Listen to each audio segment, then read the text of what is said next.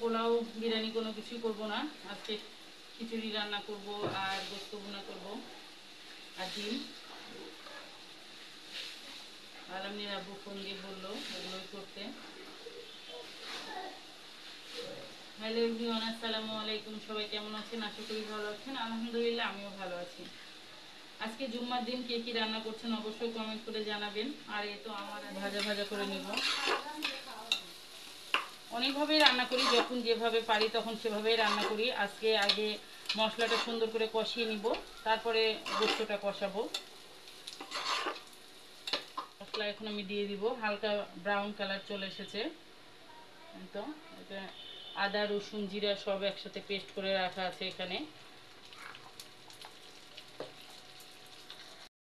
মশলাগুলো এখানে দেওয়া হয়ে গেছে। আমি মশলাটা এখন একটু ভালো করে কষিয়ে নিব আর একটু দেখাবো আর কি কি দিয়েছি সেগুলোই একটু বলবো। যে এখানে আমি এখন একটু পানি দিয়ে দিলাম, মশলাটা ভালো করে কষিয়ে নিব। কষিয়ে নিয়ে গরুর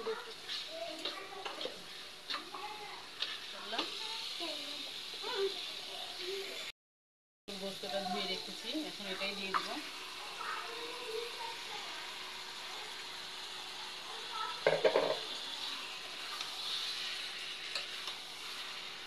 আপনারা গরুর গোস্ত কীভাবে রান্না করেন অবশ্যই কমেন্ট। ডিম সেদ্ধ করেছি, 2টা ডিমই করব। যেহেতু সকালে আমরা সেদ্ধ ডিম খেয়েছি তাই 2টা ডিমই ভুনা করে নিব। আলমনিরা যেহেতু বলেছে তাই ডিম 2টা ভেজে নিব।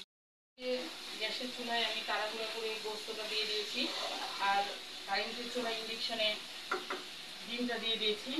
দুই চুলায় করলে একটু তাড়াতাড়ি হয়ে যাবে। এর জন্য যেহেতু আজকে জুম্মার ডিমটা একটু কষিয়ে নিচ্ছি।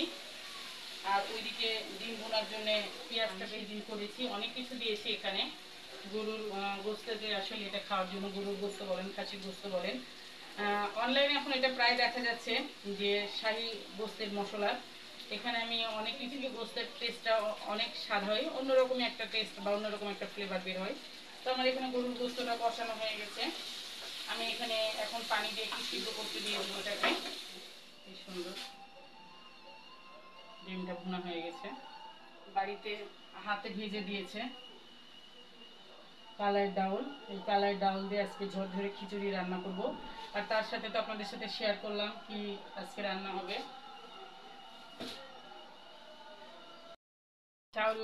চাল আর এই যে কালাই ডাউল দিয়ে নিয়েছি। রাইস কুকারে খিচুড়িটা রাইস কুকারেই করবো, রাইস কুকারে সুন্দর ঝরঝরা হবে খিচুড়ি একদম। তো রাইস কুকারেই করে নিব। আমি এটা এখন হাতে মেখে সুন্দর করে খিচুড়িটা চাপিয়ে দিব। সরিষার তেলটা বেশি ভালো লাগে। এখানে আমি সরিষার তেল দিয়েছি, একটু সয়াবিন তেলও দিব। খিচুড়িটা সরিষার তেল দিয়ে রান্না করলে কালো ডালের খিচুড়ি অনেক টেস্ট খেয়ে দেখবেন, ভালো লাগবে অবশ্যই। একটা সুন্দর স্মেল আসে সরিষার তেলের তাই করবো, বেশি করবো না। যেহেতু মানুষ কম আমরা, তাই একটা আলুর ভর্তা করবো। আলুটা তুলে নিব, দিয়ে ভর্তা করে নিব। আমার মেজো ছেলের ক্ষুধা লেগেছে, সে খাবে এখন, তাই আমি এখন ভর্তাটা করে নিব। ফারহানের খুব ভর্তাটা করে নিই। আমাদের এখানে দরগাতে আর ফারহানের খিদা লেগে গেছে তাই ফারহান কান্নাকাটিও শুরু করে দিয়েছে।